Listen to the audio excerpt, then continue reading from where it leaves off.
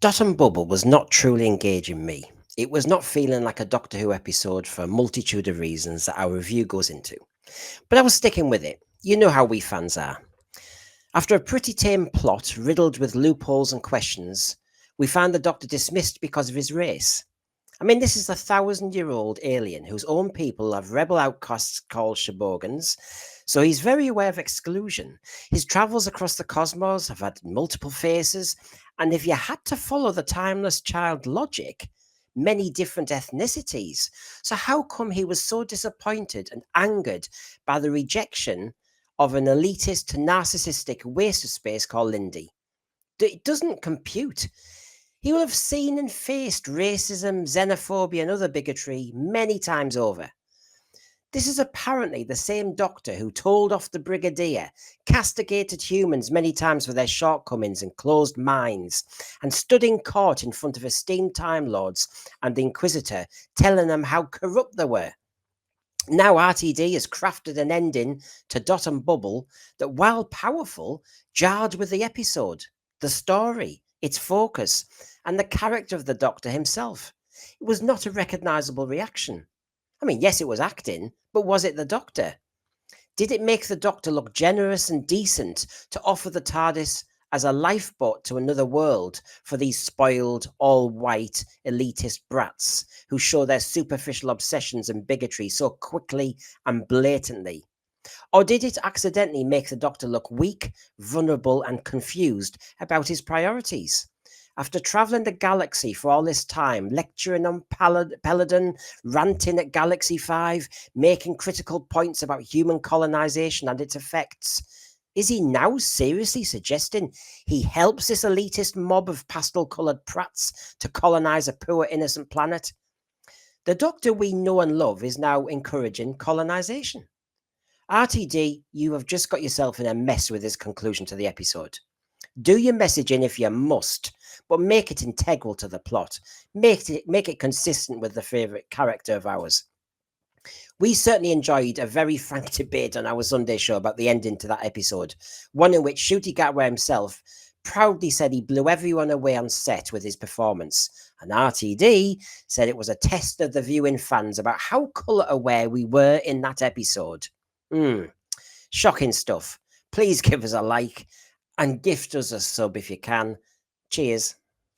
What did you make of the ending? Because I was jollying along a little bit. The pastel colours and everything was boring me rigid. I could argue that Rory's of the Deep, everybody argues it had too much light in and killed the atmosphere. And then meanwhile, we've got Dot and Bubble, which was in daytime all the blooming time. I thought, well, hello. But the ending, the good old ending, how did you find that? Did you sleep well afterwards?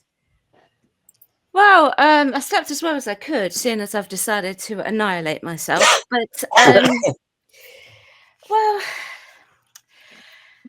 I don't know really what I make of that ending. My question is, was that kind of ending, was it really needed? It's just that we have come so far in the world since like the 50s, the 60s, working on our segregation and introducing integration. It felt like with the with the whiteness, I guess you could say, of Fine Time, and the fact that she was just disregarding the Doctor because of his skin color. Yeah. It was like, but we're way beyond that. So couldn't we, if we were going to do it, was there actually a different way that it could actually be done? I still don't like the fact that there was no not like pushback, but like an opposing opinion, or the Doctor perhaps defending himself or something like that. And he just goes, well, you can think whatever you like. And it's Well, like, well, do people think that way? I don't know. It's just such a funny ending, and it surprised me, Hugh, because the Doctor apparently is about 1,000 years old now. He has seen racism and xenophobia and every phobia about in the universe, I would have thought by now. But it seemed to really catch him short this time, which I found weird. well, I mean, how did you find the resolution? I mean, I think the number of problems with it, that this seems to be when Russell had the bi-generation and the Doctor moved on from being traumatized, he now appears to have moved on to being 20. Yeah. And so he cries all the time, and everything's shocking, and he runs away all the time. And it just feels as if what Russell's done is written a role which is not the Doctor, which might well work in terms of that, but is a young sexualized male. Weirdly, sorry, just to come in there, it was also one of his closest Doctor moments as well, but it was ruined by the laughing, the shout of anger, and then the crying. Sorry, just to bring that in there. Yeah. The other aspect of it is the ending was written in such a way that didn't make any sense in the program. So if they were the two people, if Ruby and the Doctor were the two people helping what's her face, Lindy, then how did the other people get through? Why were they there, and why hadn't they already gone, ooh, look, a black man? Yeah. I didn't understand, Gary, how the Doctor and Ruby had been in that basement for ages talking to Lindy online, so to speak, and nobody down there had said, you're a black man, get out. So suddenly, out the blue, they noticed him. And, everybody else is walking around. I mean, as you know, there's plenty of loopholes and plot problems with this, which is suddenly people got very racist. Lindy herself, I know she was about to block him, but she actually did listen to him for most of the episode. And suddenly, it was only when he offered the TARDIS as a lifeboat, which he's never done properly before, really, that they just said, no, we'll make our own way. I mean, Gary, where did you stand on it? Well, I mean, if we're just going to focus on the ending, I mean, I think that you can break it down. I mean, the ending was irredeemable to me. But you can break it down to the message, which is basically, I guess, kind of Russell lecturing us on the evils of racism by means of a completely racist episode. And then you can also focus on Shudi's ludicrously over-emotional tantrum, which is something the real Doctor would never do. To say nothing of the crying, but I mean, to that point, to me personally, this episode offers absolutely irrefutable proof that whoever Shudi is playing is in no way, shape, or form the Doctor.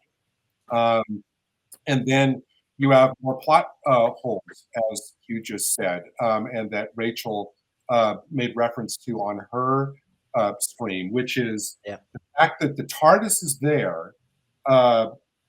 Then that just brings up a whole raft of questions, which is, how they got involved with it. So I guess they landed in the tunnels, and then why did they choose to focus on Lindy? Why couldn't the Doctor just get all the background on the social structure of that planet from the TARDIS information data? Why did they have to rely on asking Lindy all the questions?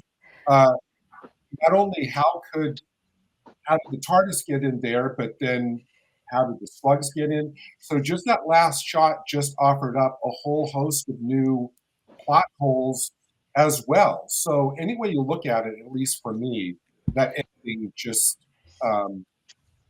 wipes up. But the worst offender of the ending is, of course, the kind of, the vile messaging that RTD is sending out. And Michelle, RTD in Unleashed talked about this, that he was almost tested. I think I've got the quote here, actually. Let's have a look. I think the main response will be about the ending. What we can't tell is how many people will have worked it out before the ending, because they've seen white person after white person after white person. And he says on Unleashed, is it after 5 minutes, 10 minutes? I mean, gosh, what is this? Does he not think Doctor Who fans have a bit more about them? I have to say, when I'm watching a sci-fi, I'm not counting people. I'm actually just trying to get engrossed in the blooming thing. I'm sick of fourth walls being broken. I actually just want to enjoy the program. And I don't count black, white, Asian or anything. I think that's awful if you do that. Yeah. Especially when this is one of the most diverse fandoms also. Yes. Yeah. And the most welcoming fandoms. I hated the ending. That statement, Michelle? I absolutely hated the ending. What do you think of that statement from RTD, our showrunner, saying it was almost like a test of the fans? I completely and it explains what is happening on Twitter right now, where people are turning on each other because somebody said I didn't get it, and one person was ADHD, and he says I didn't realize what it was until the end because I have ADHD, and the people were all like, well, you need to you need to sit down and watch it better, you need to control how you think. And so we're seeing fandom again turning on each other like we did during the last era. This is not acceptable. And there were so many. Also, Brendan, you mentioned that it's just how he wants the fans to react. Clearly, that the full comment there, he talks about like the general audience. And so what I got from that is that, unless I'm misinterpreting it, that Russell's intention was, and what he was curious about, almost like kind of like a scientist like sticking a stick in an anthill to see how they react, is he wants the audience to question themselves if they didn't notice that everyone was white and against the BBC diversity quotas. So to me, it seems like for him, this whole episode was a Rorschach test so the audience can, determine whether they're racist. So, I mean, that's vile in itself, but it seems like that to me is just proof that he's writing all of this now for his own self-gratification and not for general entertainment. Gary, if I had time today, I would have actually lined up every executive producer of Bad Wolf, every high up person in BBC and Disney involved in this production, and you may have noticed something. And you know what? You don't want to go down that road, but while somebody's being so kind of lecturing and smug and backslabbing about, we're following the DEI policy, I find it fascinating that high up, because this was all about fine time, wasn't it? It was all about the elite in the BBC, the elite in these organizations happen to all be a certain color. It is so ironic, that they're preaching to us and yet they don't deliver. But when you watch Unleashed, you can calm down because they have a lot of DEI then of people who run around, mix cups of tea and everything. So it's nice. You get the class system. Brilliant. Well, also here's this comedy. This episode was supposed to be intended for something, I believe, for series 6. So how would that worked out in series 6? It just, that means the ending had been completely changed then. Yeah, I mean, and Ncuti Gatwa himself in his quotation said the final scene in episode 5, people will remember that scene. As the camera started rolling, it was the make or break moment. You have to dig deep and pull out something that will blow everyone on the set away. And I bloody well did. Now, that's so arrogant. Wow. Sorry, it is. Wow. Aren't we lucky to have him? Sorry. I hate that kind of big-headedness in my industry. I hate it. I wonder if anybody told him on set, oh, well, you bloody well did, but that was nothing like the character you're supposed to be playing. Well, from what RTD was saying, he was saying that what was it, that Ncuti had blown everyone away with delivering this monologue. Yeah, but this was the first thing that he filmed, and he was really wary, apparently, of giving this to Ncuti. And it's like, well, first of all, you shouldn't be wary about that because actors are supposed to be able to do that, just pull it out of nowhere in regards to that. But what are your misgivings about it? And, clearly he's either been told that or he's just being a big head. Sorry. Well, he worked well with what he was given. The question is what he was given. The same thing with Jodie. Jodie did okay with what she had. The question is what she was given, and the same thing is for what he is given. Yeah, like that speech, just analyzing it as a speech and how he did it acting wise in general, that was absolutely fine. I had no issue with that. Did my face go big? Was it great? Yeah. We're all going. I had no major issue with that. People seem to think that I did, but I really didn't. But it was just the reactions after, when she was like, no, I was just like, and then he did that. And here's something to ponder. I was thinking about this after, is that because I'm sure that RTD loved making the points about racism that he was making, but I was wondering, because for most of the episode you think the point is about social media is bad, kids, get out of your bubble. Yeah. But then I'm wondering now. I'm wondering Yeah. now, but the racism thing was only really kind of like there at the end as kind of the punctuation. So I'm wondering, was that really the point, the main point he wanted to make, and all the other stuff was designed to kind of lead into it?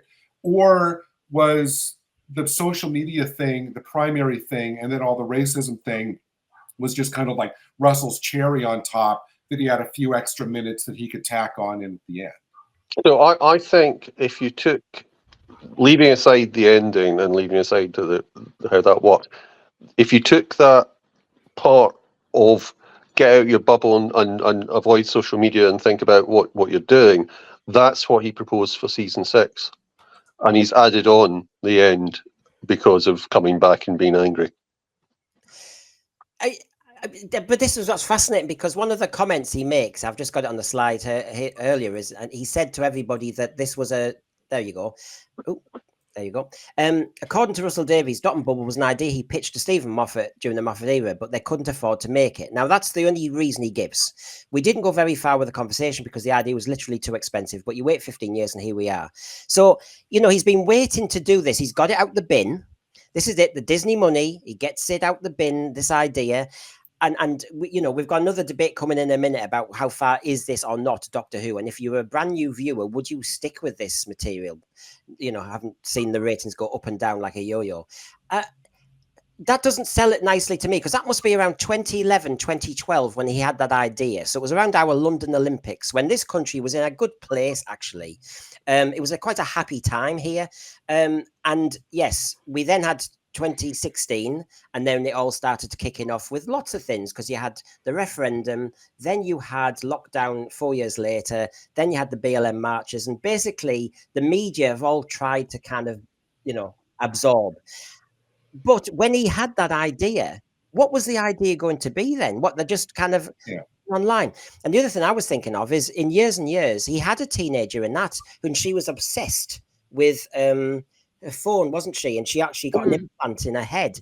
And he's obsessed with this online thing. So if he had an idea that is now 13 years old, oh my God, can't he move on? It felt as if it had been done many times.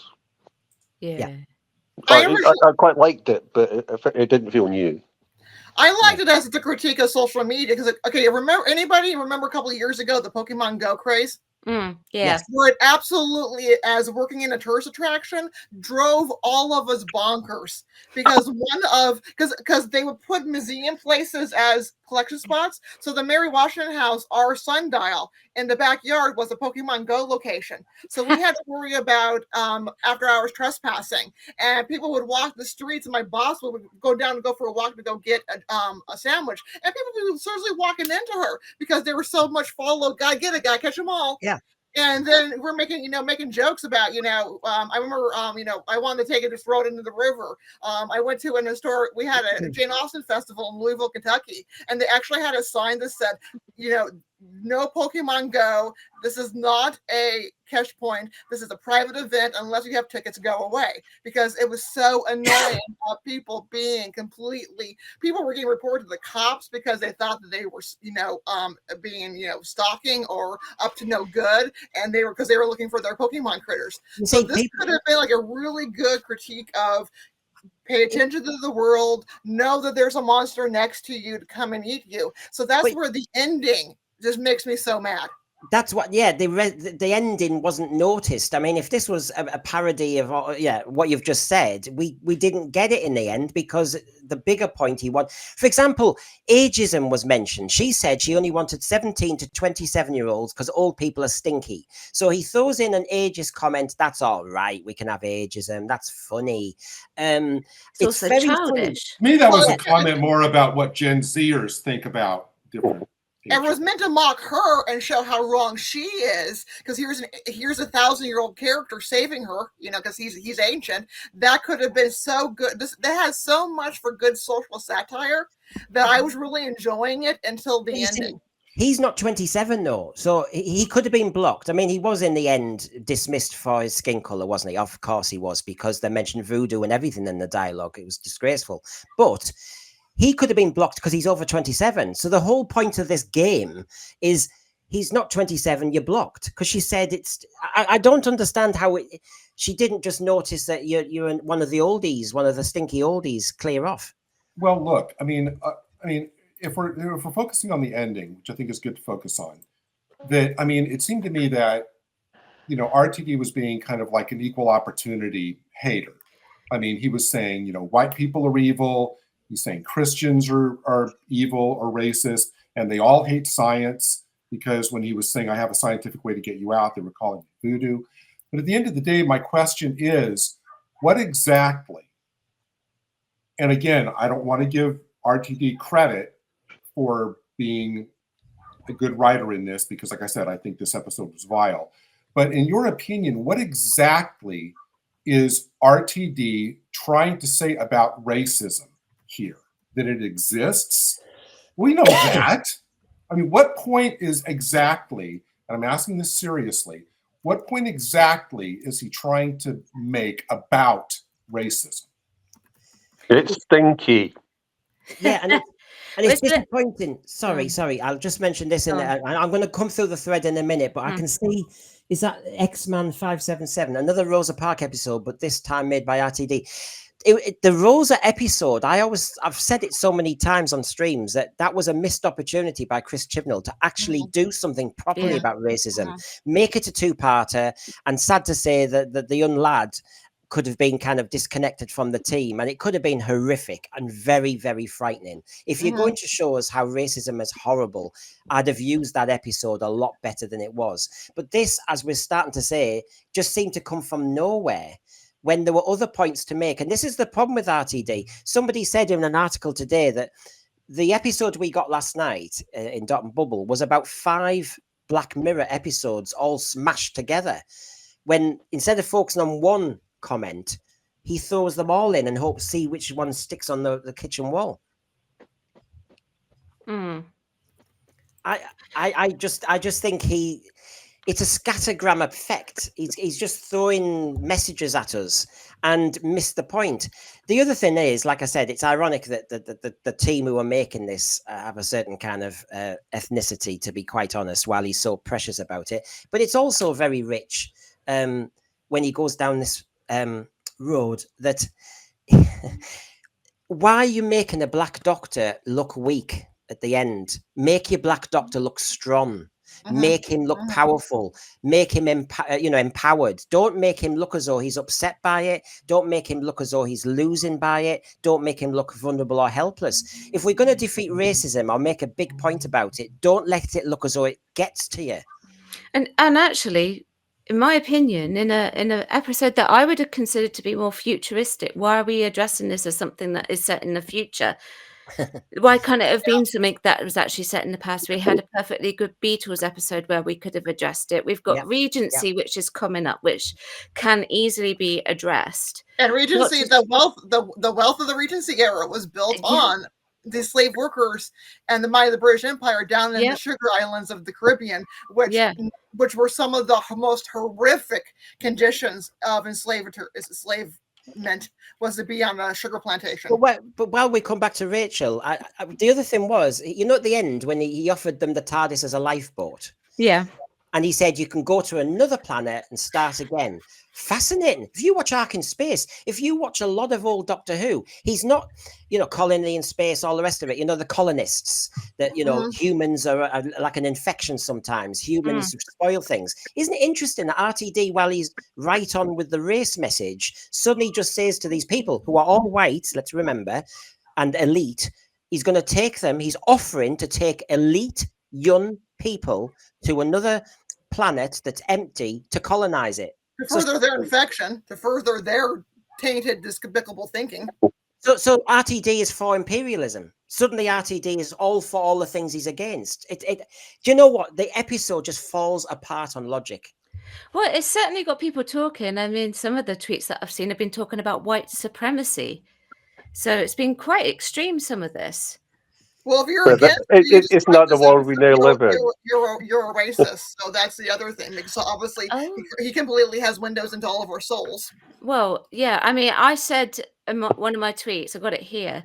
So RTD was saying how long you got, sorry, I'll say it again. So oh, for goodness sake, RTD was saying, how long you go before you notice everyone was white in dot and bubble? And I said, the thing is, I didn't care about it because I'm not thinking about that sort of thing. That's just me. And then someone said, found Lindy Pepperbean's Twitter account. And then I was like, hands up, I got caught. This you. And there's a giant picture of Lindy. And I was like, the accuracy is spine tingling. So basically they were saying you're a racist because of that tweet. Well, this all is of these comments that online, which start out to me from, at least on their end, an automatic presumption that whatever RTD writes and whatever he says and however he says it is automatically valid and creditable because he's RTD and because he was the great savior of the show in 2005. Over the last week, I've been reading comments on reviews and forums with commenters offering their detailed explanations of all the myriad plot holes we covered from 73 yards. And it just boggles my mind. And it's already happening after a day now, how all these people are just desperately trying to carry the water for RTD in an effort to justify, what he's doing. He must be laughing his butt off that everybody is scrambling around trying to make up for his I had that on my channel earlier on one of my videos. Someone said, I disagreed with almost everything that you said. Clearly you have your own agenda. And it's like, I didn't even think that negatively of the episode, but whatever. So I'm not conforming. So that's RTD an shall issue. not be shall not be contradicted. It's like everybody is turning into the residents of Fine Time. That they are the smartest, they are the best. Well, and instead of having a mirror yourself and going, oh, maybe people can be different and have different opinions, and I'm vapid and I'm shallow, and this is meant to be negative on me. There's like projecting it out in the world, like I'm residents of Fine Time. I'm so smart. I don't have like the one person who's being condemned for being ADHD and for only sitting through and watching half of the episode. I'm not buying into somebody in such a privileged position, so high up in the media, doing that message. For example, anyone in Britain knows that Cornwall's owned by Southerners, who obviously it's their second home, and of course, basically, that's their version of Fine Time. We know that there's elite schools here, and the elite get the kids schooled there to get them into some decent universities, to get them running the BBC, to get them running various organisations, and the rest of us have to just face the crumbs that are left. And you know what? He's telling me that he's got an issue with elitism, and yet he's part of that package. The BBC, it's been proven many times, they don't recruit working class people. They don't recruit many people from various backgrounds. They recruit an idea mostly. It's been proven, I don't know how many times. We've come such a long way. I just want it to move on from the current way of thinking and addressing racism, and just progress from there, because we've just come so far. And it's like, why are we taking 2 steps back, 10 steps back? Sometimes that's what it feels like. And it's not the way about it. I think it's Morgan Freeman said that the way to deal with racism is to not talk about it. Now, is that the way to go? I don't know entirely, but I think there are different ways that we can definitely go around it. That's for sure. Well, I think if you are going to talk about it, you have to talk about it in a more in-depth approach than this did, and that's the problem. I agree. There is racism out there. Absolutely, there is racism. No question about it. But it's a very different form of racism to what was portrayed here, which was sort of like 60 years out of date in many ways. Yeah, and in doing that, you do a disservice to what you're trying to fight, because you're fighting the wrong battle. And he does a disservice. I'm going to bring the thread in because it's been on fire, and I don't want to kind of ignore that. So if anybody wants to kind of respond to any of this, well, I'll just go through. Hiya, Ken Parker. Blocked because she is not in her bubble. Go with that. People stay in their bubbles and don't see past it. Good concept. Dormant Assassin, is that? Why don't they get more BAME writers too? It's a load of... Yeah. Well, I think next year he did say they're getting a more diverse team of writers. But yeah, this year it's mostly him. He's writing too much. I don't know how he's doing it, because as I said, I messaged you, Brendan. I said I'm right now rewriting a tour script at the Mary Washington House, and where every word matters, and I'm like, struggling, going back, second guessing myself. I can't imagine writing 10 of the last 12 episodes. Yeah. And you've said in the thread yourself, I found the voodoo comment really kind of clunky. I mean, if you're going to address racism, voodoo, what the hell? What decade are Also, we when in? they have an app that tells them when to urinate, Yeah, so they're in the that's true. scientific community. but this is what I mean. He was trying to insult his younger viewers. He wants Generation Zs, and of course, he's insulting them, saying you need to be told when to And go to the also toilet in and the all the rest South, of it. there are a lot of people, white and black, who practice voodoo as their religion. But we but, might want to know what voodoo actually is. yeah, no, but this This is is the just problem a with making. Sorry, No, go Gary. ahead, I'm This is sorry. the No, problem no. with making Doctor Who so blooming American that we're importing all this American stuff and some of your issues that aren't our issues. Voodoo, Britain, what the hell are we talking about? But to And me, as I this said, is for some people, it is their religion. So you may want to know what you're talking about. But this to me is just a continuation of the exact same thing he did in Space Babies and in the Jinx episode, where he takes these, complex issues and he reduces them down to like a single line that's in line with what he thinks. But he tries this absurd reductionism where he thinks he can boil everything down to like a single tagline, and that's all that needs to be said about it. So, the next thing regarding the ending with our Doctor and the dialogue there, which is very relevant, and a lot of people have been talking about it today, is now some people online are saying that's a very Doctor defining moment. Other people are saying if that's a Doctor defining moment, we are stuffed. Where do you all stand on that, Hugh? Doctor defining moment? I'm back at the fact that if this is the definition of the Doctor, it's a young sexualized male who doesn't have a lot of experience, who isn't an alien, who's struggling to deal with the world. That's not a Doctor I recognise. No. Anybody else want to come in on whether it's He Doctor hasn't been defining? given material to be the Doctor, as Clara would say, run you clever boy and be the Doctor. He hasn't been given good, and I think he can do it. I know some people don't like his acting. I do. I think he's got the chance. The material is what is failing him and Melly Gibson. They have the chance to be very good. He's playing himself. I mean, to me, we now have like an openly gay Doctor who sees like a good looking guy and goes, oh, wow. And then gets into like a little fight, with his companion over who's going to get first dibs. That was great. Well, that's with RTD with Tennant also. And then he's saying babes and honey for an hour. And his costume is now just an orange tea, and he throws this absurdly over the top tantrum, which the real Doctor would never do. And then, as Rachael said, we get, how many episodes is this that we get close-ups of him crying? And as Brendan, as you said, apparently he's lived for 1,000 years without ever encountering xenophobia before. And when he does, he freaks out. So yeah, this is not the Doctor.